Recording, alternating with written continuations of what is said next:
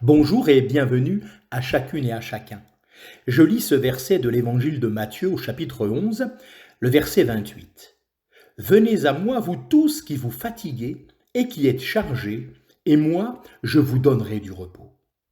Oh, quelle est douce cette invitation du Seigneur. Venez. Lequel d'entre nous ne s'est pas réjoui d'entendre ce venez à moi adressé par le Sauveur à ceux qui sont fatigués et chargés?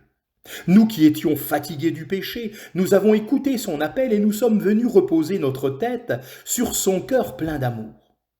Et lorsque nous cherchions, en vain, quelque satisfaction dans le monde, quelque vraie joie, la voix du Seigneur s'est faite encore entendre. Si quelqu'un a soif, qu'il vienne à moi et qu'il boive. Celui qui croit en moi, comme l'a dit l'Écriture, des fleuves d'eau vive couleront de son sein.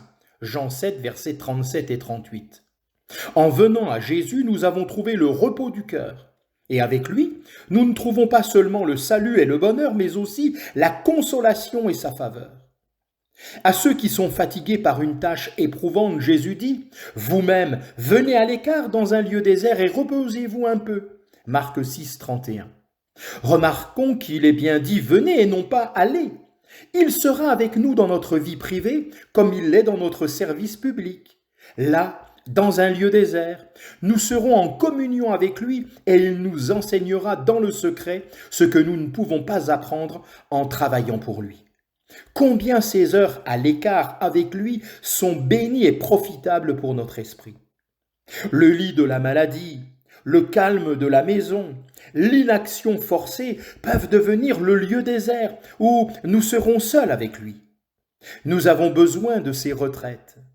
L'arc détendu retrouve alors sa vigueur pour être prêt à servir.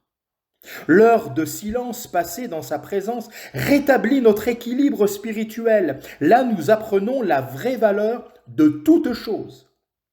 Vous rappelez-vous pourquoi le Seigneur Jésus a choisi les 12 ? C'était pour être avec lui, Marc 3, 14.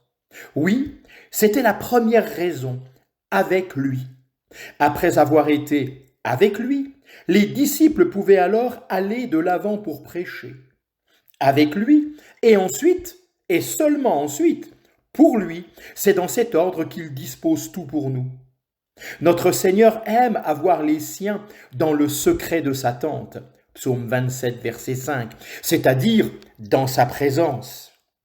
C'est là qu'il les rend propres à affronter le monde, son agitation et ses troubles, tout ce qui serait là en quelque sorte comme pour nous déstabiliser. Alors, puisqu'il nous y invite, venons à lui et goûtons à son repos. Que Dieu vous bénisse richement.